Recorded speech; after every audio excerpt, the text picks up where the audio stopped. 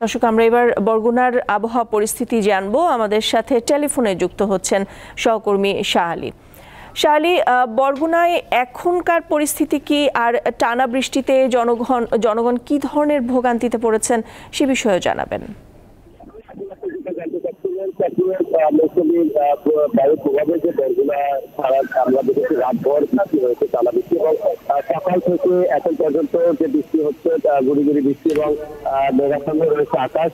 এবং এখানে যে ছোট সব মানুষগুলো রয়েছে তারা কিন্তু আসলে এই বৃষ্টির কারণে বেরোতে পারছেন না। আমরা প্রতিদিন যেরকম শহরে যেরকম আসে সেরকম কিন্তু তাদেরকে দেখা যাচ্ছে না, এবং দোকানপাটও তেমন খোলা দেখা যাচ্ছে না এই বৃষ্টির কারণে। এবং ইতিমধ্যে কিন্তু এই বৃষ্টির কারণে 3 নম্বর সংকেত দেখানো দেখতে বলা হয়েছে পায়রা বন্দরকে, এবং মাছ ধরার যে ট্রলার গুলো রয়েছে সেই ট্রলার গুলো কিন্তু তারা কিনারে আসার জন্য এখানে যে সমিতি রয়েছে তারা নির্দেশনা দিয়েছেন।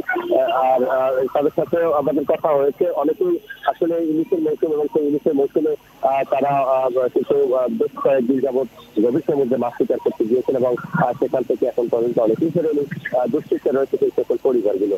এবং এই টানা বৃষ্টি বেশ কয়েকদিন ছিল, মাঝখানে আবার রৌদ্র ছিল, রৌদ্রের পরে আবার এই টানা বৃষ্টি শুরু হয়েছে।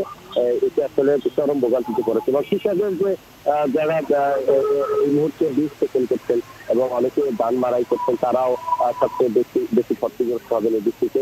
এবং এই বৃষ্টিতে ফসলি জমি এবং যারা সবজি রোপণ করছেন তারাও ক্ষতিগ্রস্ত হচ্ছেন। এবং বরগুনায় আমরা দেখেছি যে লঞ্চ চলাচলও কিন্তু বন্ধ রয়েছে, লঞ্চ কিন্তু আসছেন না, এবং এই বৈধি হওয়ার কারণে বাসেও আসতে সময় লেগেছেন প্রায় 8 ঘন্টা লেগেছে, যেখানে 4 ঘন্টা লাগার কথা। এই বৃষ্টিতে তারা কিন্তু থামিয়ে রাখছিলেন, এতটাই বৃষ্টি হয়েছিল রাতে।